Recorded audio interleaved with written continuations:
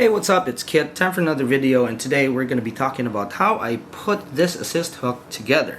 We're going to be using this in Fujairah in about 150 meters of water, or well, maximum. We're going to be using thin line of about PE2 maximum, and we're going to be using this jig. Okay, this is a thunder jig. Okay, so as you can see, it's gonna be like that. It's gonna sit here with a solid ring, split ring like that.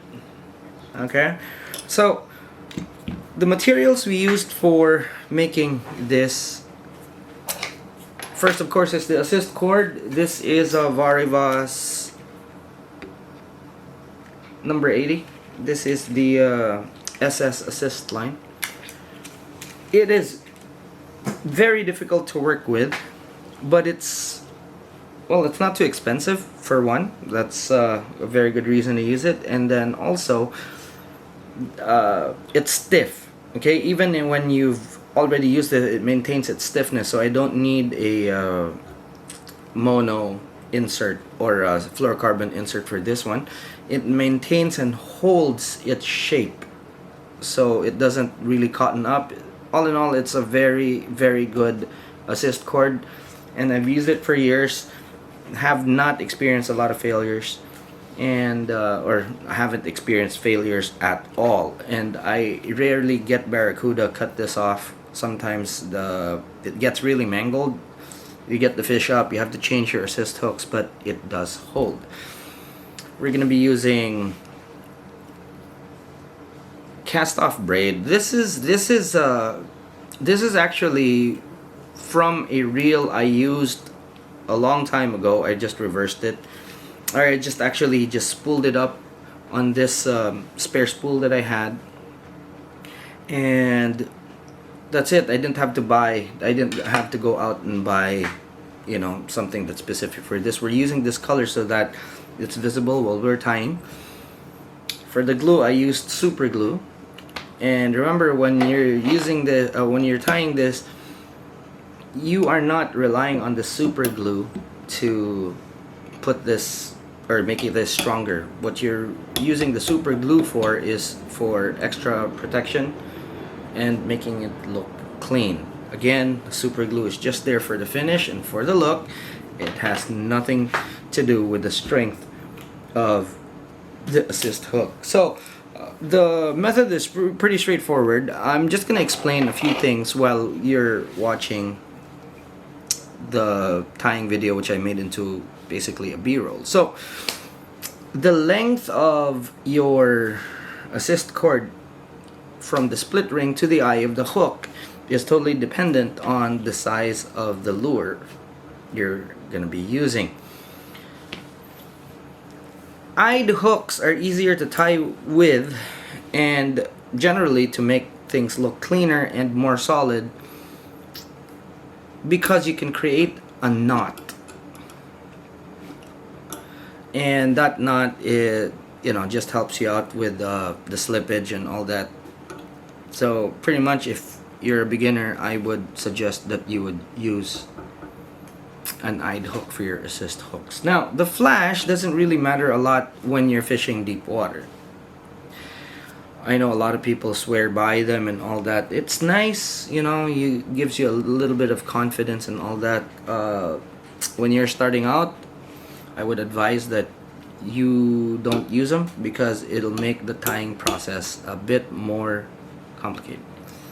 Now, when you're tying assist hooks, it takes a little bit of patience and practice to be able to tie them really clean. Now, it took me years to get to this point, and there's been a lot of discoveries.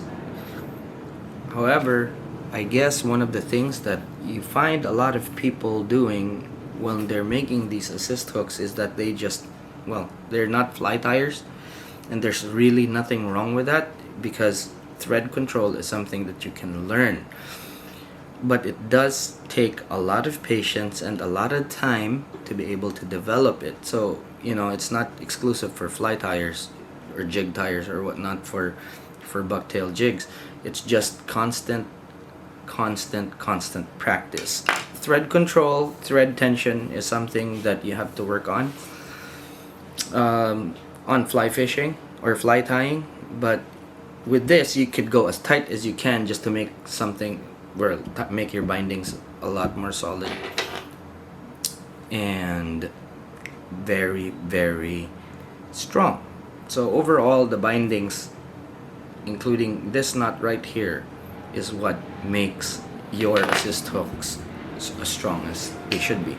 Also, please pay attention when you're tying this knot right here, because this dictates the position of your eye. Now, when a lot of people first start out, they are not too critical about positioning this and opting to actually just twist it when it's done. But see, the thing is, it's not going to be as strong as you want it to be. And if you want your eye to be sideways or flush like that, what you need to do is, before you tighten everything, you adjust it. Okay, so always keep that in mind, that when you're doing this, always be critical about this part right here, because this is what attaches to the split ring, and whatever the position of this is how it's going to position itself naturally to the rig that you're doing. So you know the position of the hook relative to the jig. So with this one, what I want to do is have it go like this. So it's very important that the split ring is in the right position. If it's not in the right position, it'll be like that. You know, there's nothing wrong with that. It's just that I like the jigs to sit cleanly like that.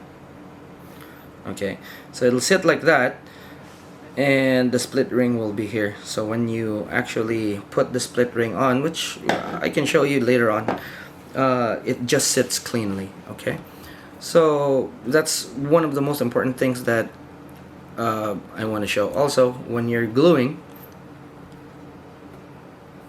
now I have a rotary vise, and I could easily glue it by just turning this around. So you could do it by hand when you're applying the glue.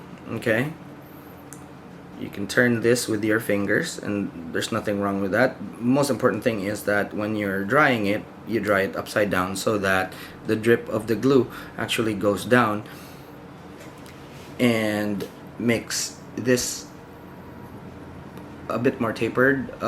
It will make it look really, really clean. Also, the drip goes into the crevice of the knot right here, locking it in place. And honestly, for me, this knot is very critical.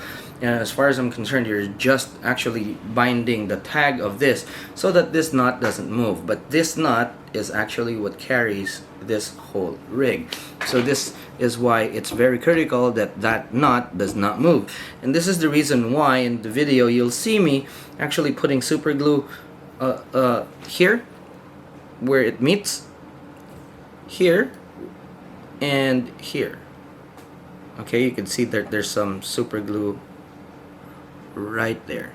Okay, and this is all designed so that that particular knot does not move. Now you can make this here. Okay, I'm not too overly critical for this particular thing. What I wanted to do was to have that knot there so that it's positioned. You see that? See, it sits there and keeps the jig level. And a lot of people don't think about that. You shouldn't as well. For me, I'm just you know, strictly when it comes to details such as that. Doesn't really affect the swimming motion, or doesn't really affect it greatly, or you know, that's just me being me. So yeah, you could put this knot right here, okay, or you could put it on top. It's really up to you. Now just mind how the eye is there, okay, where it bends, and this bends out. So for me, if I tied it there, and pulled it back here, it would bend like that. It'll position itself like that.